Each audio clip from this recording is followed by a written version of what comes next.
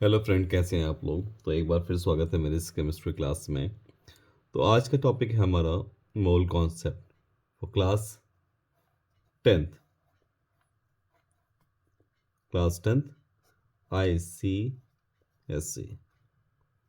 Okay, तो आज हम बात करने जा रहे हैं मोल कॉन्सेप्ट के बारे में कि मोल कॉन्सेप्ट से रिलेटेड कौन कौन से क्वेश्चंस हमें इस टॉपिक से पूछे जाते हैं।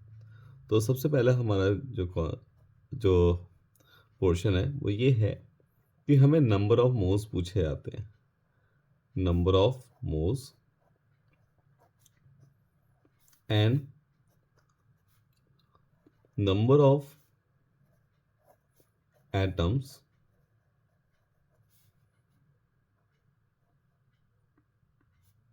in given mole,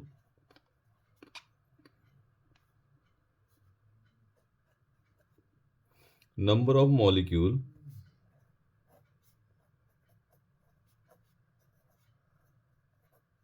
okay.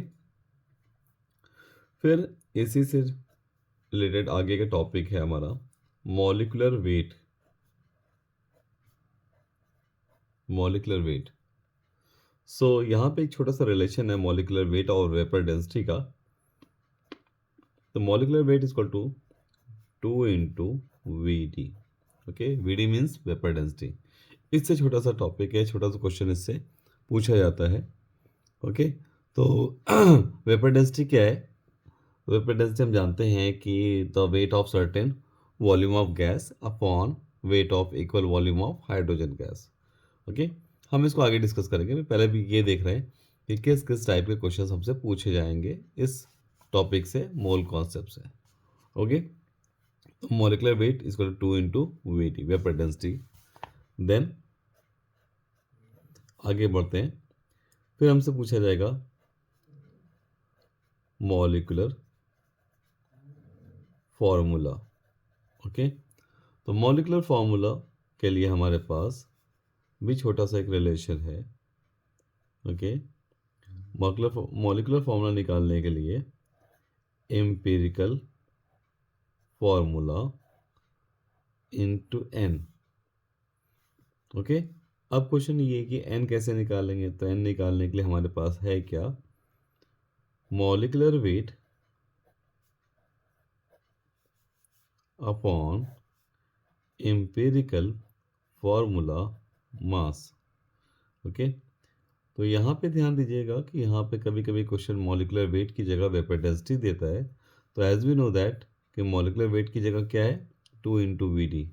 तो हम 2 × vapour density upon empirical formula mass, ये है आपका n की वैल्यू।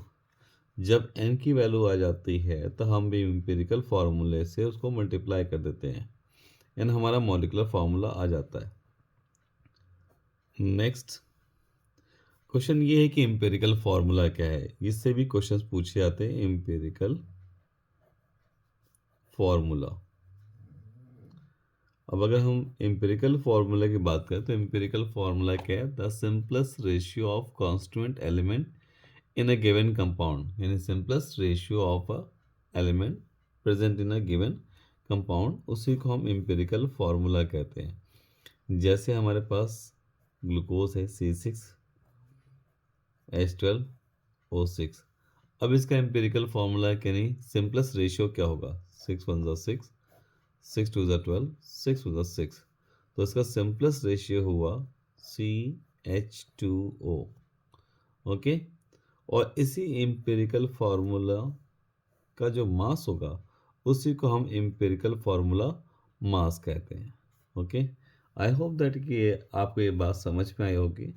ओके, नेक्स्ट इसके बाद जो छोटा क्वेश्चन होता है वो आपका percentage composition, percentage composition. Okay, percentage composition का क्वेश्चन है। ओके, देन उसके बाद हमारे पास परसेंटेज कंपोजिशन के बाद जो क्वेश्चन है वो है percentage composition, empirical formula, molecular weight, vapour density, इन सब को मिलाकर एटलीस्ट 4 मार्क्स का क्वेश्चन बनता है। ओके, देन हमारे पास इसके बाद है गे लुजैक लॉ।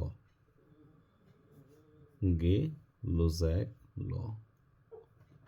ओके, अब गे लुजैक लॉ की मीनिंग क्या होती है? ये छोटा सा लॉ है और ये किसी भी केमिकल इक्वेशन के रेशियो के बारे में बात करता है कि when two or more gases combines together under similar condition of temperature and pressure, their volume always remaining conserved in a certain ratio.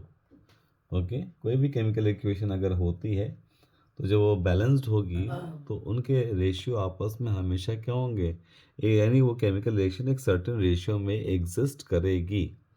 Okay, clear? तो इससे ज़्यादा क्वेश्चन यहाँ पे फ्रेम नहीं होते हैं। यही टॉपिक हमारे हैं जिनको हमें इनको पढ़ना है। तो हम पहले बात करेंगे 1 मोल। 1 मोल वैल्यू कितनी है? ओके, पहले हम आएंगे 1 मोल। मोल क्या होता है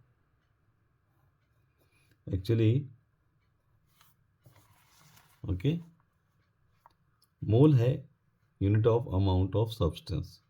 पहले हम मोल की बात करें, 1 mole is equal to molar mass.